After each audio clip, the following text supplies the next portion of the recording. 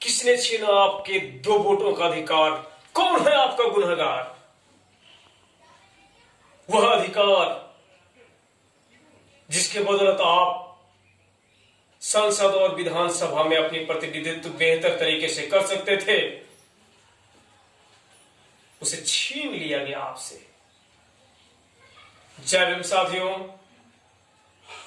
मैं विजय कुमार विद्रोही और आप देख रहे हैं अंबेडकरवादी मोटिवेशनल गुरु। चलिए आज मैं आपको आपके सबसे बड़े अधिकार 2 वोटों का अधिकार, जिसको काफी लड़ाई, काफी संघर्ष के बाद इस देश के भारत रत्न संविधान निर्माता बाबा साहब अम्बेडकर ने आपके लिए हासिल किया था। वह 2 वोटों का अधिकार छीनने का काम किसने किया?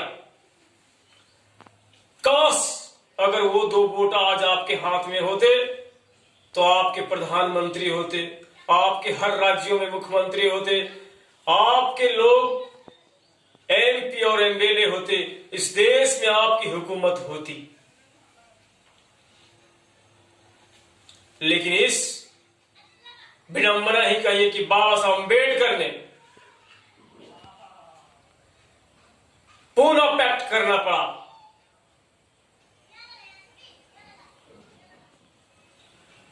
आज हम उस अधिकार की बात करने जा रहे हैं जो शायद दुनिया में किसी नागरिकों को मिला, और वो थे 2 वोट के अधिकार। बाबा साहब अम्बेडकर जानते थे कि जब इस देश में लोकतंत्र आएगा तो लोकतंत्र में वोटों का बहुत महत्व है। जिनके पास वोटों की संख्या अधिक होगी वही इस देश पर राज करेंगे। इसलिए जब गोलमेज सम्मेलन शुरू हुआ तो बाबा साहब अम्बेडकर ने पहला यह अधिकार मांगा, पृथक निर्वाचन का अधिकार और 2 वोटों का अधिकार। 7 नवंबर 1930 को शुरू हुए प्रथम गोलमेज सम्मेलन में बाबा साहब अम्बेडकर ने भाग लिया। गोलमेज सम्मेलन इंग्लैंड में बुलाया गया था, और वो इसलिए बुलाया गया था कि देश में केवल बड़े बड़े कुछ रियासत ही शासन व्यवस्था में भाग ले रहे थे। इसलिए अंग्रेजों ने सोचा कि जब मुझे लंबे समय तक भारत में राज करना है तो भारत की सभी जातियों और सभी प्रतिनिधियों को शासन व्यवस्था में भागीदारी देनी होगी। और इसलिए उन्होंने उस समय के कांग्रेस, मुस्लिम के जो प्रतिनिधि थे उन्हें हिंदू महासभा और देश के बड़े बड़े रियासतें के राजाओं को उस सम्मेलन में आमंत्रित किया। अछूतों की ओर से बाबा साहब अम्बेडकर को भी आमंत्रित किया गया। इस बात से गांधी जी बहुत नाखुश हुए। उस समय कांग्रेस के सबसे बड़े लीडर के रूप में महात्मा गांधी की प्रतिष्ठा थी, लेकिन जब बाबा साहब अम्बेडकर को आमंत्रित किया गया एक अछूत प्रतिनिधि के तौर पर, तो वो काफी नाराज हो गए। उन्होंने कहा कि मैं अछूतों का सबसे बड़ा प्रतिनिधि हूं। खास करके उस समय वह अछूतों को हरिजन कहा करते थे, हरिजनों की प्रतिनिधि मैं हूं। अम्बेडकर को हरिजनों का प्रतिनिधि बना करके और गोलमेज सभा ने गलती किया, इसलिए प्रथम गोलमेज सम्मेलन में उन्होंने जाने से इनकार कर दिया। और प्रथम गोलमेज सम्मेलन में बाबा साहब ने अपनी बात को इतनी उम्दा तरीके से रखी कि जितने भी प्रतिनिधि उस सभा में भाग ले रहे थे चमत्कृत रह गए। खास करके ब्रिटेन के जॉर्ज पंचम जो उस कार्यक्रम के उद्घाटन करता थे, और प्रधानमंत्री रैमजे मैकडोनाल्ड ने बाबा साहब को बधाई दी और कहा कि आपने अपनी मांग को बहुत जोरदार तरीके से रखा और हम ब्रिटिश लोग आपके पूरे मांग के साथ हैं, आपके समर्थन में हैं। जब यह अखबारों में छपा, दुनिया भर में प्रचारित हुआ, तो गांधी जी हैरान रह गए और गांधी जी को बहुत तकलीफ हुई, क्योंकि बाबा साहब ने अंग्रेजों से बहुत ही जबरदस्त तरीके से यह मांग की थी कि सदियों से जो समाज भारत में गुलाम का जीवन जी रहा है, क्या आपके आने के बाद उन्हें स्कूलों में पढ़ने का व्यवस्था की गई? क्या आपके आने के बाद उन्हें सार्वजनिक तालाबों, नदियों, सार्वजनिक रास्तों पर चलने की व्यवस्था की गई? क्या आपके आने के बाद उन्हें उन नौकरियों में जाने की व्यवस्था की गई? क्यों भारत के 6 करोड़ लोग आपके शासन व्यवस्था के साथ रहेंगे? यदि आप चाहते कि भारत के लोग अछूत, भारत के सदियों से प्रताड़ित समाज इस देश की शासन व्यवस्था में भागीदारी करे, तो आप उन्हें पृथक निर्वाचन का देना होगा। अंग्रेजों ने मुसलमानों को पृथक निर्वाचन का अधिकार दे दिया, सिखों को पृथक निर्वाचन का अधिकार दे दिया, और इस देश के अन्य रियासतों को दिया, लेकिन केवल अछूतों को पृथक निर्वाचन का अधिकार का गांधी ने विरोध किया। क्यों किया? क्योंकि वह चाहते थे कि हरिजन, अछूत हमेशा अछूत बना रहे, उन्हें कोई संवैधानिक संस्थाओं में, सरकार में उनकी भागीदारी नहीं होनी चाहिए। वो हमारे सेवा करते रहे, क्योंकि वर्ण व्यवस्था के वो पोषक थे। इतिहास के जानकार जानते हैं कि गांधी जी वर्ण व्यवस्था के कट्टर समर्थक थे और शूद्रों को अधिकार मिले वो कभी नहीं चाहते थे। इसलिए साथियों, बाबा साहब ने जब गोलमेज सम्मेलन में यह बात रखी तो गांधी को काफी अफसोस हुआ।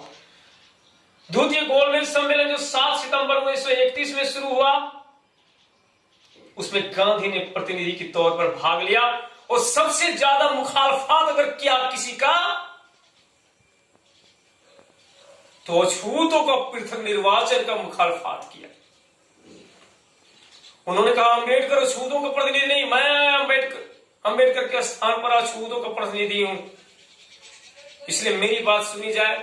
अंग्रेजों को मैं पृथक निर्वाचन से कोई बात नहीं करना चाहता, मुझे केवल पूरे देश के हिंदुओं की मैं बात करता हूं, और अछूतों की समस्या हमारे देश की है, मैं उसे अपने स्तर से ठीक करूंगा।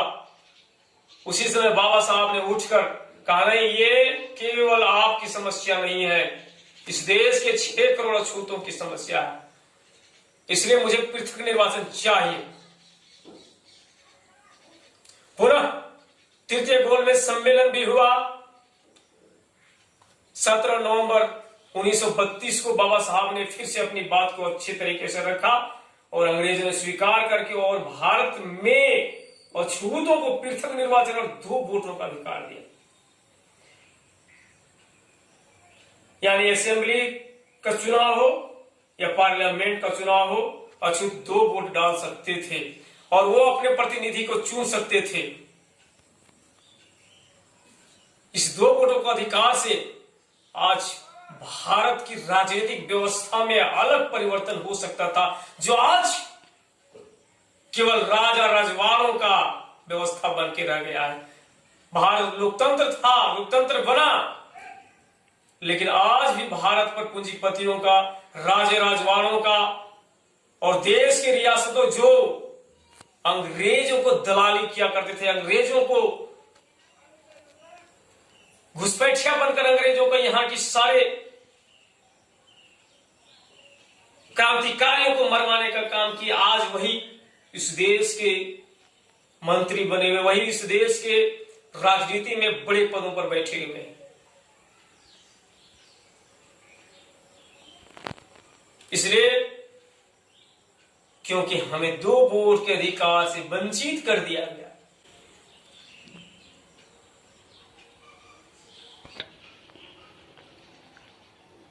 भारत के पुणे की यरवदा जेल 24 सितंबर 1932 भारत के 2 महान शख्सियतों के बीच एक समझौता हुआ। और वो समझौता क्या था? गांधी जी ने अंबेडकर से, बाबा साहब अंबेडकर से पृथक निर्वाचन की मांग को समाप्त करने के लिए कहा। पृथक निर्वाचन भारत के समाज को बांटने वाला था, ऐसा गांधी ने कहा। और यरवदा जेल में 21 दिन के अनशन पर चले गए। गांधी के जीवन को बचाने के लिए भारत में अछूतों की झोपड़ियां जला दिया गया। सैकड़ों लोगों को मारा पीटा गया। बाबा साहब अम्बेडकर को रात दिन धमकियां दी जाने लगी, गालियां दी जाने लगी और कहा कि अम्बेडकर को गांधी को जान बचाने का जिम्मेवारी है। अगर कहीं गांधी को कुछ हुआ तो पूरे अछूतों को मटियामेट कर दिया जाएगा। गांधी ने ऐसा क्यों किया? क्योंकि वह नहीं चाहते थे कि भारत में अछूतों को 2 वोटों का अधिकार मिले और शूद्र जो हमेशा सेवक बने हैं वह शासक बन जाए। बाबा साहब चाहते थे कि शूद्र शासक बन जाए, गांधी चाहते थे कि शूद्र सेवक बना रहे। यही लड़ाई थी। बाबा साहब पर देश की उस समय प्रखर महिलाएं सरोजिनी नायडू हो या कस्तूरबा गांधी हो या अन्य जो भी थी, वो सब बाबा साहब के पास पहुंचे और झोली फैलाकर कहा कि बाबा साहब आप गांधी का जान बचा लीजिए। आप ही के हाथ में गांधी का जान है। अगर आप समझौता नहीं करते हैं तो गांधी बाबा अपना प्राण त्याग देंगे। बाबा साहब ने सोचा कि गांधी मर जाए तो मर जाए, हम अपने अधिकार को नहीं छोड़ेंगे। लेकिन परिस्थितियां बाबा साहब से कह रही थी कि जिसके लिए आप पुनः पैक्ट नहीं करना चाहते, जिसके लिए आप पृथक निर्वाचन की मांग किए, उनकी झोपड़ियां जलाई जा रही, उन्हें मारा जा रहा है। परिस्थितियां इतनी भयावह थी कि बाबा साहब के घर के आसपास हमेशा भीड़ जमा होती थी कि कब वो निकले और कब उनको मारपीट किया जाए, उन्हें जो परेशान किया जाए। अंत में बाबा साहब अपने कुछ साथियों के साथ यरवदा जेल पहुंचे। 24 सितंबर 1932 को पुनः पैक्ट यानी पुनः समझौता किया। बहुत ही अफसोस और खेदजनक हालत में बाबा साहब ने यह समझौता किया और आज भारत के लोगों को, खास करके इस देश के बहुजन समाज को शासन और सत्ता से दूर होना पड़ा। पुनः मैं तमाम अपने साथियों को जय भीम, नमो बुद्धाय बोलता हूं।